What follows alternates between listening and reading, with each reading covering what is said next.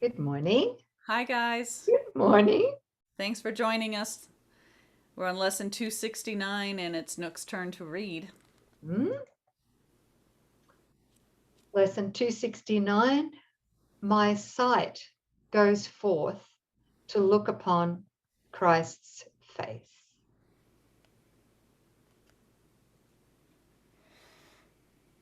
My sight goes forth to look upon Christ's face.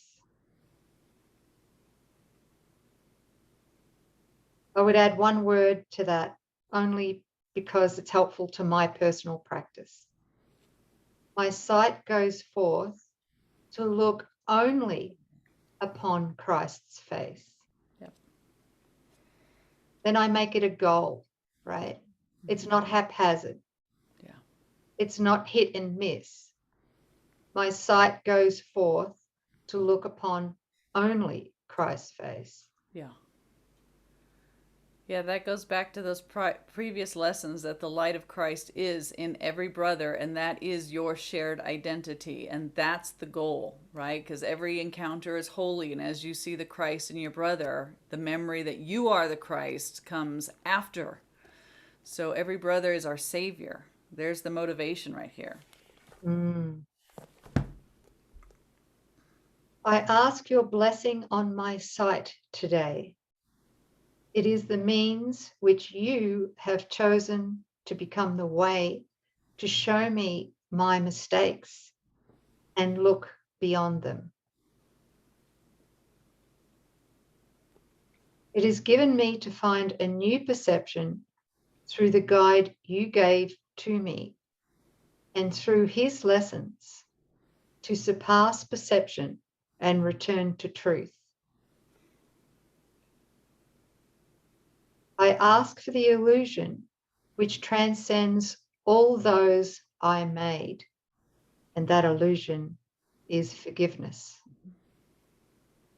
Today, I choose to see a world forgiven, in which everyone shows me the face of Christ and teaches me that what I look upon belongs to me, Mm-hmm. that nothing is except your holy Son. Today, our sight is blessed indeed. We share one vision, Christ vision, as we look upon the face of him whose self is ours. We are one because of him who is the Son of God, of him who is our own identity.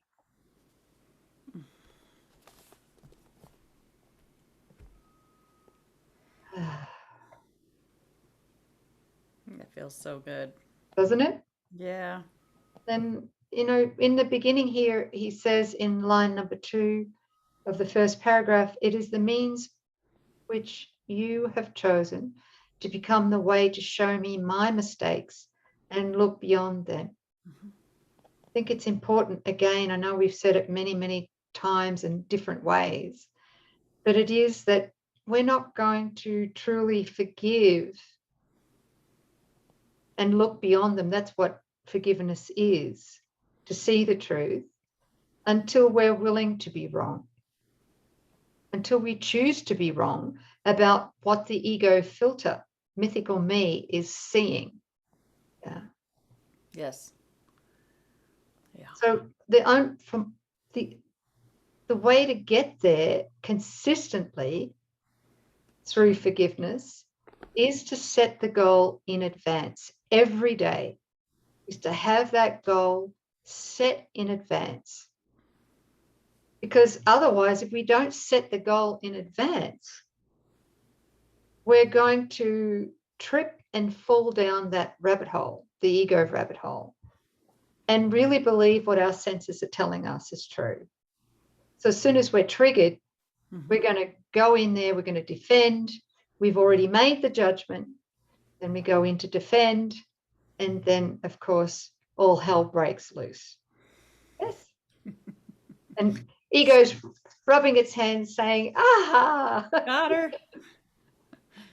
So so the way to set the goal in advance, I'd like to share this quote from chapter 17, section 6. And let me read it to you. In any situation in which you are uncertain, in other words, it could be that you've triggered as well, the first thing to consider very simply is this: what do I want to come from this? What is it for? I mean, do we do that when we're triggered? Do we ask ourselves in that moment, now, wait a minute, reality check. Yeah. What do I want to come from this? And let me remember to ask, what is this for? Yes. Do we do this? Or do we immediately go to, I know what this is for. Yeah. And I'm going to solve this problem. And then fail, and then flog yourself for failing. Yeah. Gotta love the perfection of it all. Yeah. Yeah, practicing the pause is what you're talking about. Being present, mindfully present, so that you can hear that. Do you really want to go down that road? You can choose again, but you'll have to pull up if you desire a different outcome. Yeah. So asking what is it for, Jesus says the clarification of the goal belongs at the beginning. For it is this which will determine the outcome. Right? The value of deciding in advance what you want to happen is simply that you'll perceive the situation as a means to make it happen. Does that make sense? Totally. Right. You will therefore make every effort to overlook, to forgive what interferes with the accomplishment of your objective, and concentrate on everything that helps you meet it through forgiveness. It is quite noticeable that this approach has brought you closer to the Holy Spirit's sorting out of truth and falsity.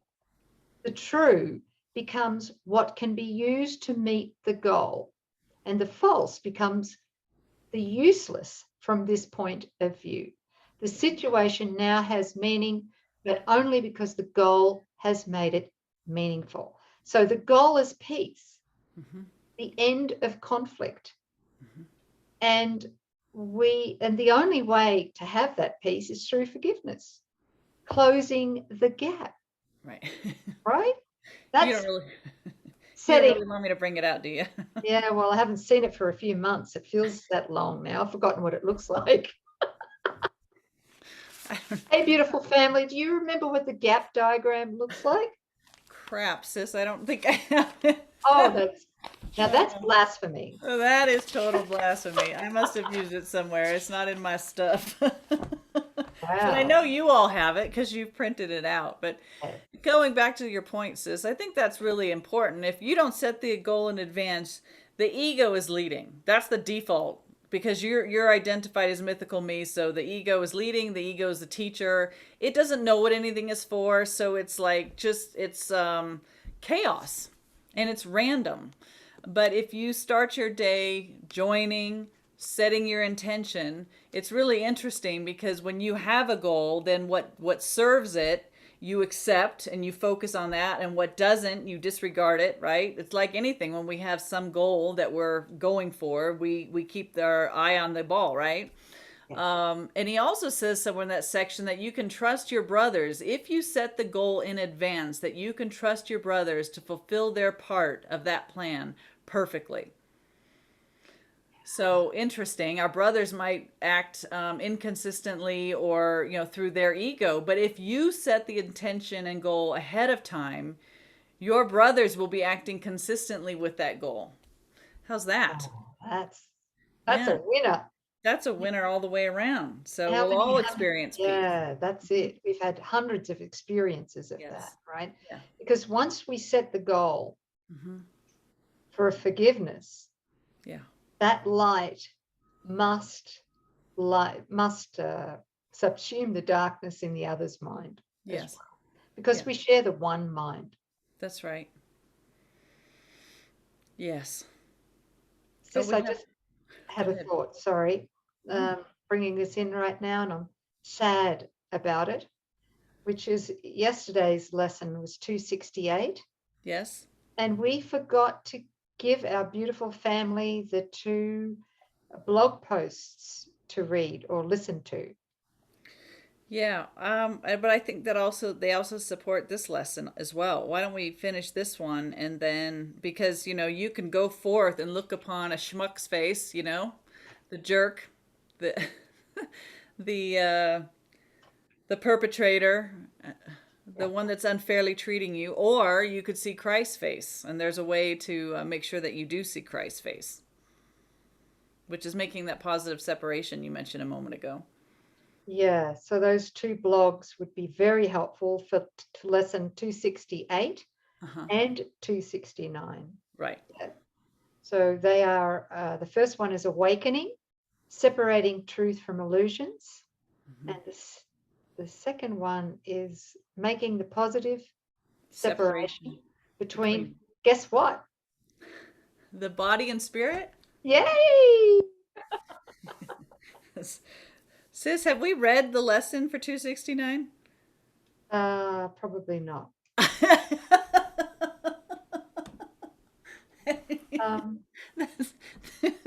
That's you and me again getting carried away on a title.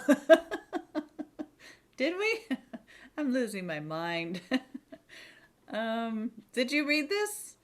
Oh, I'm only the ego can be embarrassed, right? Okay, not me. But did we read the second paragraph? Can Did you I just read it? can you just I hear our family just dying You know what? laughing. Okay. So, Can you read the prayer? Just start over.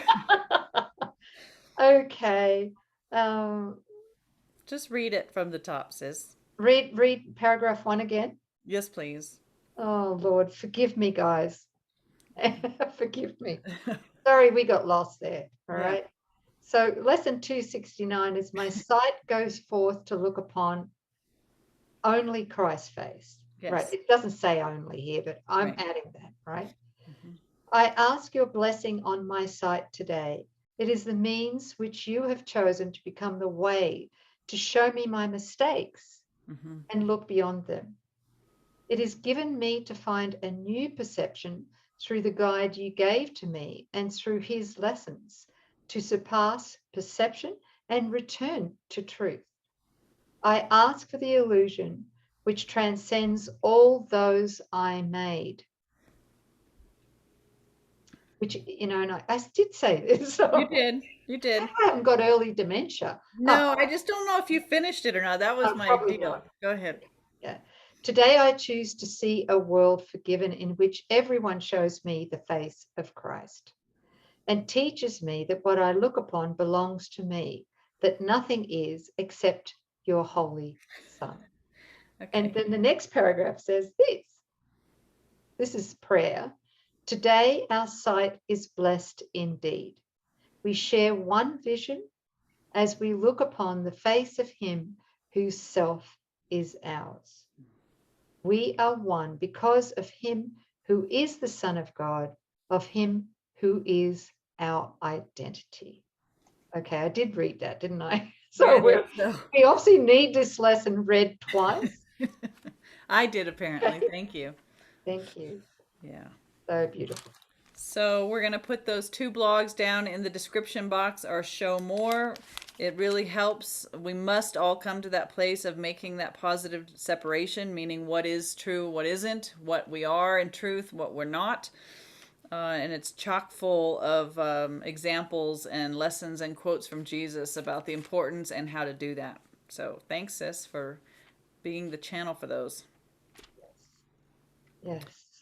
Yeah. Thank you. Thank you. Yeah. Beautiful lesson. All right, family, that was lesson 269. My sight goes forth to look only upon Christ's face. And we will see you next time. Yeah. Thanks, sis. Thank you. Thank you.